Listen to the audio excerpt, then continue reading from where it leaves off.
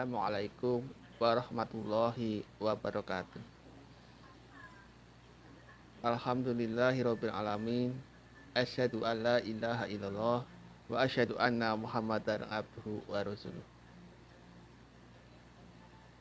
La haula wala quwata illa billah. Amma ba'du. Anak-anakku, siswa-siswi MTS Muhammadiyah 1 Purbalingga yang senantiasa dirahmati oleh Allah Subhanahu wa taala. Ramadan tahun ini kita jalani dalam masa keprihatinan. Karena di Ramadan tahun ini Allah sedang memberikan cobaan dengan datangnya wabah corona. Dampak dari wabah corona ini dirasakan oleh masyarakat luas. Sehingga kita sebagai makhluk sosial harus bisa ikut merasakan dampak yang ditimbulkan oleh wabah corona ini. Anak-anakku, siswa-siswi MTS Muhammadiyah 1 Purbalingga yang dirahmati oleh Allah. Al-Quran sudah mengatakan tentang pentingnya saling mengenal. Sebuah ajaran mendasar tentang manusia sebagai makhluk sosial. Khalaqal insana min 'alaq. Begitu bunyi ayat kedua dari firman Allah dalam wahyu pertama yang diterima oleh Nabi Muhammad SAW. Manusia diciptakan oleh Allah dari al-alaq. Dari segi pengertian kebahasaan, kata alaq antara lain berarti sesuatu yang tergantung. Memang, salah satu periode dalam kejadian manusia pada saat berada dalam rahim ibu adalah ketergantungan hasil pertemuan sperma dan ovum yang membelah dan bergerak menuju dinding rahim, lalu bergantung atau berdempet dengannya.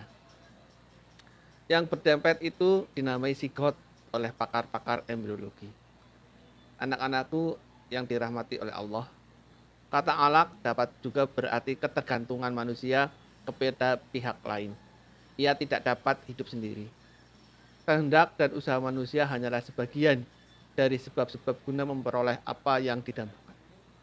Sedang sebagian lainnya yang tidak terhitung banyaknya berada di luar kemampuan manusia. Apa yang didambakan itu tidak dapat tercapai kecuali jika sebab-sebab yang lain terpenuhi semuanya dan bergabung dengan sebab-sebab yang berada dalam jangkauan upaya manusia. Yang dapat mewujudkan sebab-sebab lain itu dan yang kuasa menggabungkannya hanyalah Allah Subhanahu wa taala. Dialah penyebab dari segala sebab. Ini merupakan keniscayaan dan keterpaksaan yang tidak dapat dielakkan setiap makhluk. Namun, selain ditentukan oleh Allah, perjalanan manusia juga sering dipengaruhi oleh orang lain. Bahkan sudah menjadi kebutuhan setiap orang dalam memperoleh bantuan pihak lain. Apa pasal? Karena kebutuhan setiap orang sesungguhnya lebih banyak daripada potensi dan waktu yang tersedia untuknya. Si kaya misalnya, membutuhkan kekuatan fisik atau keterampilan yang dimiliki si miskin. Pun sebaliknya, si miskin membutuhkan uang atau pekerjaan dari si kaya. Dengan adanya saling butuh itu, maka manusia suka atau tidak suka tidak dapat mengelak dari kerjasama. Semakin banyak kebutuhan manusia, semakin sedikit pula kemampuan untuk memenuhinya. Dan kita kian tidak bisa mengelak dari kebutuhan pada tangan atau bantuan orang lain.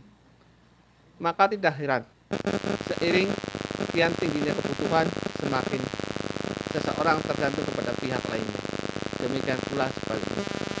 Anak-anakku yang dirahmati oleh Allah, jadi jangan pernah menduga ada manusia yang dapat mengelak dari keniscayaan, kebutuhan dan ketergantungan itu, baik kepada Allah maupun kepada sesama manusia. Hei manusia, kamulah yang amat butuh kepada Allah, dan Allah dialah yang maha kaya, tidak membutuhkan sesuatu lagi maha terpuji. Quran Surat Fatir ayat 150. Semua kita berada di bawah kendali dan kuasa Allah. Dengan kuasanya itulah kita membutuhkannya, serta tidak dapat mengelak dari kedudukan sebagai makhluk sosial.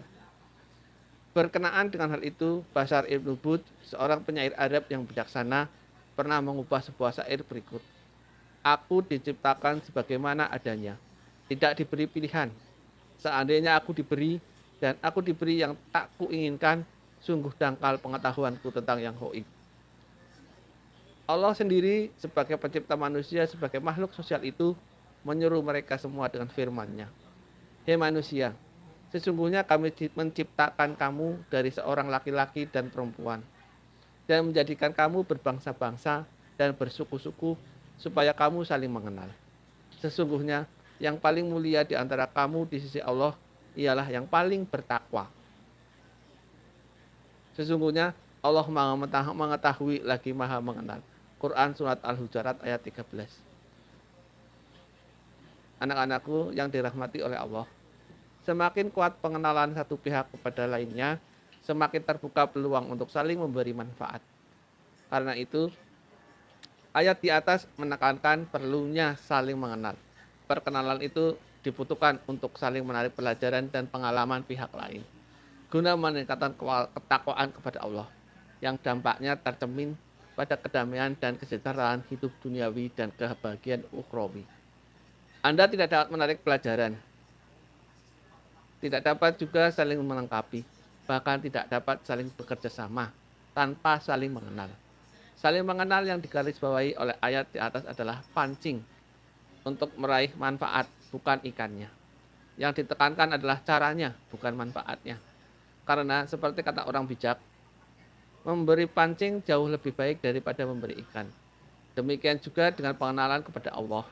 Semakin banyak pula rahasia-rahasianya yang terungkap, dan pada gilirannya melahirkan kemajuan ilmu pengetahuan dan teknologi, serta menciptakan hubungan lahir dan batin, dunia dan akhirat.